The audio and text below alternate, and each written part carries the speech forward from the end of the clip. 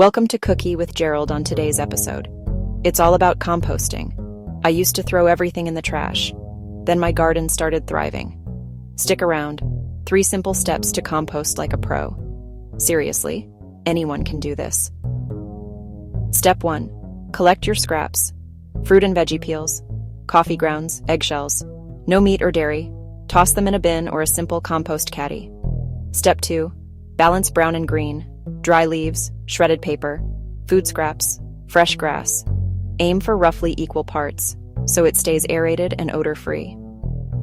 Step 3. Turn and wait. Every week or 2, mix the pile to add oxygen. In a few months, you'll have dark, crumbly compost ready to feed your plants. Quick tip.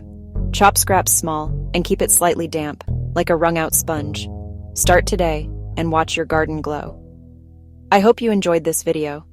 If you did, please give it a thumbs up. Don't forget to comment, share the video, and subscribe until next time. Be safe.